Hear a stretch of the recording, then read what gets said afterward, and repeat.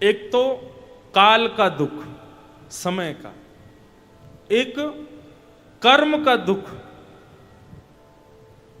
तीसरा स्वभाव का दुख। काल का दुख क्या है, समय का दुख क्या है?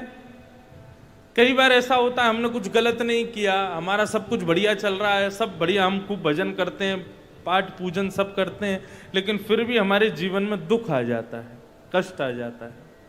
उसको क्या कहते हैं? समय का दुख। कभी कभी समय खराब आ जाता है।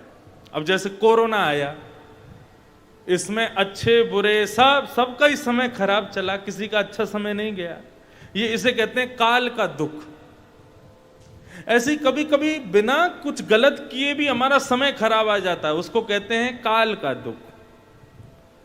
दूसरा होता है कर्म का दुख। जो जस करहि सो तस फल चाखा। जो जैसा करता है उसको भोगना पड़ता है, इसको कहते हैं कर्म का दुख। हम जैसा करेंगे हमको भोगना तो पड़ेगा। और तीसरा होता है स्वभाव का दुख। देखो एक बात मेरी ध्यान से सुनना,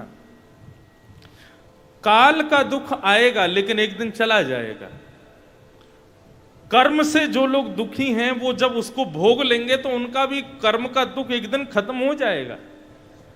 लेकिन स्वभाव से जो दुखी है वो कभी सुखी नहीं हो सकता। जो छोटी छोटी बातों पे नाराज हो जाते हैं, छोटी छोटी बातों पे ही उनको गुस्सा चढ़ाता है, जिनका तबला बड़ा बहुत जल्दी चढ़ जाता है। तबला जो होता है ना, इसको यदि धूप में रख दो तो ये चढ़ जाएगा। ऐसी कई लोगों का तबला बड़ा बहुत जल्दी, या एक और बात कहते हैं, जैसे कभी किसी से मिलने उसको कहते हैं इसका तवा बड़ा पतला है।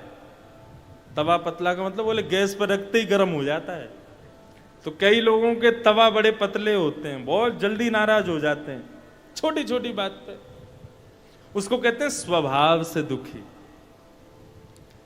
किसी आदमी को देख करके, आप ऐसे आदमी सबके जीवन में आते हैं, उनको देख करके कहने की इच्छा हो रही है भैया ये रो क्यों रहा है। उसको जाके आपने कहा भैया तुम रो क्यों रहे हो? बोले मैं रो नहीं रहा, मेरा चेहरा ही ऐसा है। कई लोगों के चेहरे ऐसे होते हैं, उनको देख के ऐसा लगता है रो रहा है क्या। और कई लोगों के चेहरे ऐसे होते हैं कि रोने की स्थिति में भी वो हंसते ही रहते हैं, उनके चेहरे पर एक प्रसन्नता दिखती रहती है। स्वभाव से जो दुखी है उसको कोई सुखी नहीं कर सकता। अपने 3 बच्चों को लेकर के एक पिता गार्डन में घूम रहा था, तो एक व्यक्ति को बच्चे बड़े प्यारे लगे। उसने आकर के कहा महाराज आपके बच्चे बड़े प्यारे, तीनों आपके हैं। तो उत्तर कहता है कि 4 होते तो तू क्या कर लेता। इसको कहते हैं स्वभाव से दुखी। बेमतलब में ही गर्म हो रहे हैं। नई नवेली बहू आई घर में, उसने दाल बनाई, सास को खवाई, तो दाल में नमक थोड़ा कम रह गया तो सास ने गालियां देनी शुरू कर दी। तेरे घर वालों ने कुछ नहीं सिखाया, तेरी माँ ने कुछ नहीं सिखाया, ये नहीं, चल रहा और दाल डाल दे इसमें। वो खाती जा रही है और गालियां देती जा रही है। तो बहू समझ गई कि मेरी सास जो है स्वभाव से दुखी है, सुखी नहीं रहेगी। दूसरे दिन बहू ने बना दी कड़ी, और कड़ी बना करके महाराज जैसे ही पधराई, सास ने पाई तो महाराज फिर सुनाना शुरू कर दिया। बहू निकल करके आई, बोले सासू माँ आज क्या हो गया, कुछ नमक मिर्ची कम पड़ गई क्या? बोले नहीं नहीं आज सब बढ़िया बना है, दाल बढ़िया, आज कड़ी बढ़िया बनी, रोटी बढ़िया बनी, साग बढ़िया बना। तो फिर आप चिल्ला क्यों रही हो?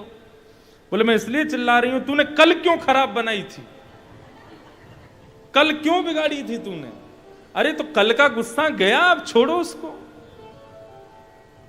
देखो कोप क्रोध करना जरूरी है, लेकिन उत्तमम ही क्षणम कोपः। कितनी देर का कोप होना चाहिए? क्षण भर का, एक क्षण का गुस्सा बस। मध्यम कोप कौन सा है? घटिकत द्वयम, 2 घड़ी तक 45 मिनट तक जो गुस्सा रहे वो मध्यम क्रोधी होता है।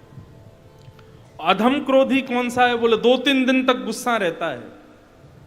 और चांडाल क्रोधी कौन सा? बोले एक बात को लेकर के साल भर गुस्सा रहे, ऐसे व्यक्ति चांडाल प्रवृत्ति के क्रोधी हैं।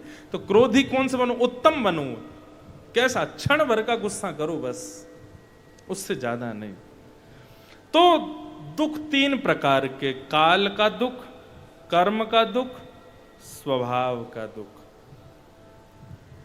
इन तीनों प्रकार के तापों को जो नष्ट करते हैं, जो इनकी शरण में एक बार चला गया, उसके तीनों प्रकार के तापों को नष्ट करने वाले ऐसे श्री कृष्ण को वयम नुमः, हम प्रणाम करते हैं, हम नमन करते हैं। बंधुओं, ठाकुर जी कभी दुख दूर नहीं करते, ठाकुर जी कभी कष्ट दूर नहीं करते। कष्ट तो आएंगे, कष्ट तो रहेंगे, दुख तो आएंगे ही। दुख ही मानव की संपत्ति है, फिर दुख से क्यों घबराता है? दुख तो आएगा जीवन में, लेकिन ठाकुर जी की शरण ग्रहण करने के बाद केवल इतना फर्क पड़ता है कि उस दुख का उतना अनुभव हमको नहीं होता, उस दुख में इतने ज्यादा हम पड़ते नहीं हैं, उस दुख का कष्ट हमको इतना नहीं होता। जो ठाकुर जी की शरणागत नहीं होते हैं उनको कष्ट ज्यादा होता है, उनको दुख ज्यादा लगता है। मीराबाई के जीवन में क्या कष्ट कम आए थे? दुख कम आए थे? खूब कष्ट आए, खूब दुख आए, लेकिन मीराबाई ठाकुर जी की शरणागत थी, इसलिए उनको कष्ट होते हुए भी अनुभव नहीं होता था, उन पर ज्यादा उसका प्रभाव नहीं होता था। करमेती बाई ब्रजमंडल गई तो उससे पहले 2 दिन तक एक मरे हुए ऊंट के भीतर निवास किया उन्होंने। एक मरे हुए ऊंट के भीतर जाकर के उसके खाल को ओढ़ करके उसके अंदर रही, बचने के लिए कि कहीं मेरे परिवारी जन, कहीं राजदूत मुझे ले ना जाए यहां से। तो जब वो लौट करके जब वृंदावन पहुंची तो वृंदावन के संतों ने पूछा कि हमने सुना आप ऊंट के भीतर रही, आपको दुर्गंध नहीं आई? तो करमेती बाई कहती हैं, बोले संसार की माया की दुर्गंध से तो अच्छी थी उस ऊंट के अंदर की दुर्गंध। संसार की माया की दुर्गंध बहुत बुरी है, वो लगती है सुगंधी जैसी लेकिन होती दुर्गंध है।